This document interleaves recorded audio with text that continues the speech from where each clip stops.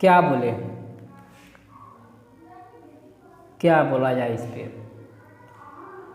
पहली बार वीडियो बनाते समय निःशब्द हूँ। निःशब्द इस बात पे हूँ कि आपने उस केस को लेकर जो कोलकाता में हुआ डॉक्टर के साथ, सभी लोग रूबरू होंगे उसके बारे में। लेकिन यार 2-3 दिन से मैं सोच रहा था कि इस पे लिखा क्या जाए, बोला क्या जाए, क्योंकि एक बार की घटना नहीं है। This is not once time in India happen, this is daily datas. ये डेली के डाटा है। Within 16 minutes 3 rapes per day in India होता है, within 16 minutes. This is a large data. ये क्लैरिफाई करता है कि भारत आज भी आज़ाद नहीं है। क्या इसी आज़ादी की बात करते थे? क्या इसी आज़ादी के लिए हम स्वतंत्रता दिवस मनाएं? आज बहुत सारे लोग सोशल मीडिया पे इसके लिए आवाज़ें उठा रहे हैं, बोल रहे हैं, लेकिन केवल एक रूम में बैठकर बोलने से नहीं होगा जब तक आप उसको रियलाइज नहीं करेंगे। वो दर्दनाक घटनाएं थी, वो इमेजिन करके आप एक तरह से फील करेंगे कि वो कितनी दर्दनाक थी।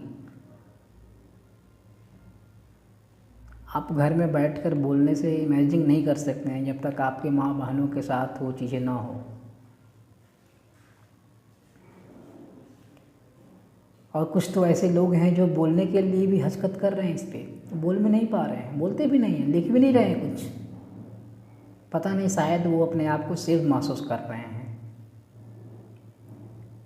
और जो लोग बोल रहे हैं, जो आवाज़ उठा रहे हैं लोग, उनका साथ भी नहीं दे रहे हैं लोग। तो प्लीज़ स्पीक अबाउट। वॉइस बहुत महत्वपूर्ण करती है, मैटर। आवाज़, आपकी सोच बहुत मैटर करती है।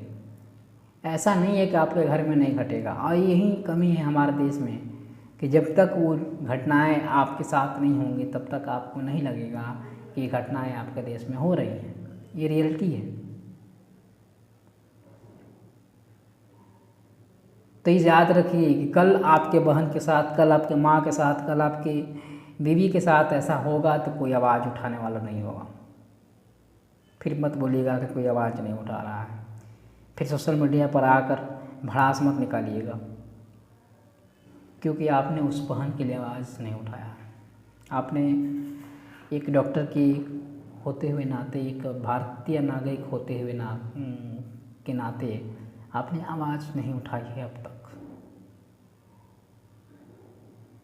तो महसूस करिए यार, इमेजिन करने पे हम कहीं ना कहीं अपने आप को रोक नहीं पाते हैं, आंखों से आंसू निकल जाता है।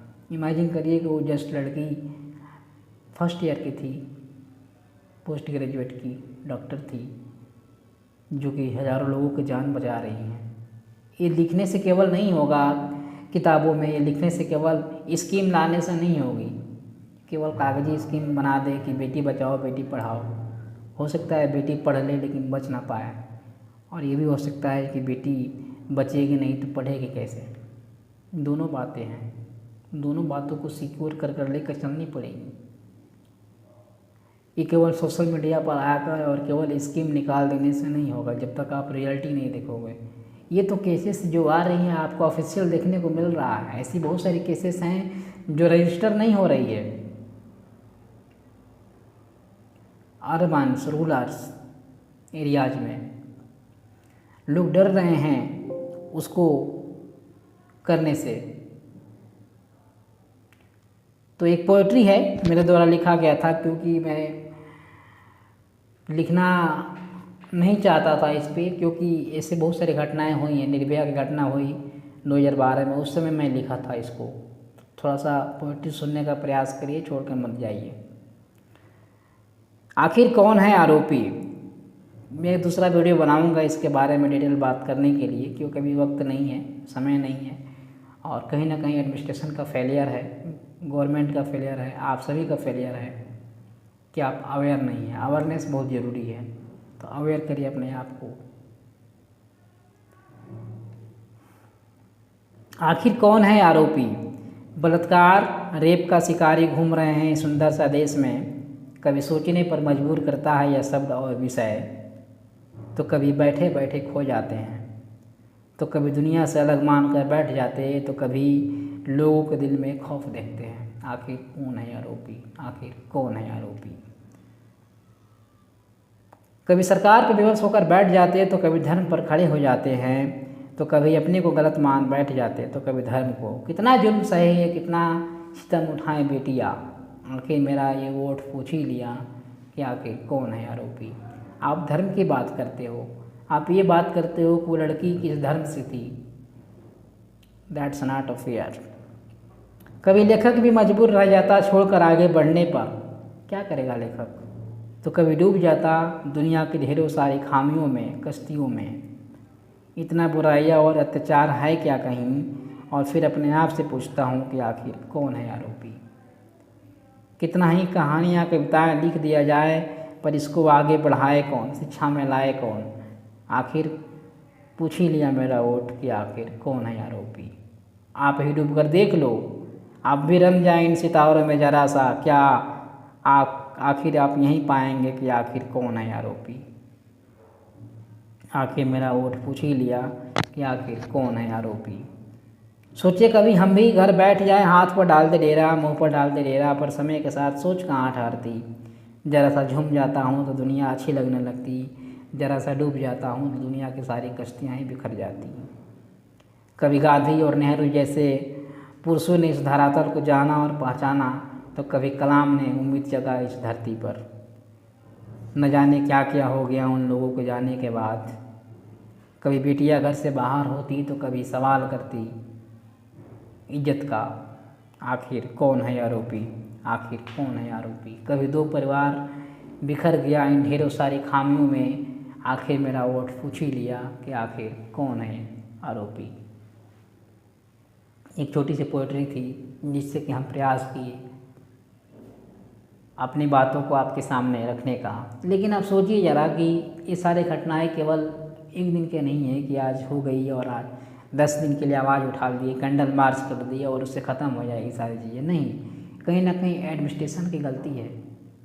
गलती है भाई, गलती है हमारे पास। अगर गलती नहीं होती तो शायद एक लड़की रोड पर निकलने से डरती नहीं, एक लड़की रात को 8 बजे के बाद निकलने से डरती नहीं, माँ बहनें निकलने से डरती नहीं। एक लड़की जब कैब लेकर जाती है, कैब बुक करके जाती है कॉलेज या स्कूल या फिर हॉस्पिटल, तो उसको हर समय लोकेशन भेजना होता है किसी रिलेटिव के हैं। गलती तो है। गलती तो है कि जब एक लड़की कॉलेज पढ़ना चाहें या स्कूल या कोचिंग पढ़ना चाहें तो 8 बजे के बाद नहीं निकल सकती। गलती तो है। गलती तो है कि माँ बहनें घर में भी सुरक्षित सेफ नहीं करती हैं। गलती तो है कि दिल्ली जैसे राजधानी को रेप कैपिटल बोला गया है। गलती तो है। तो इन गलतियों पे काम करना पड़ेगा हमको, खामियों पे काम करना पड़ेगा तब तक जब तक हम अपने आप को सिक्योर और सेफ नहीं बनाएंगे। ये दिवाली और होली और छठ कुछ अच्छा नहीं लगता है यार, रक्षाबंधन कुछ अच्छा नहीं लगता है।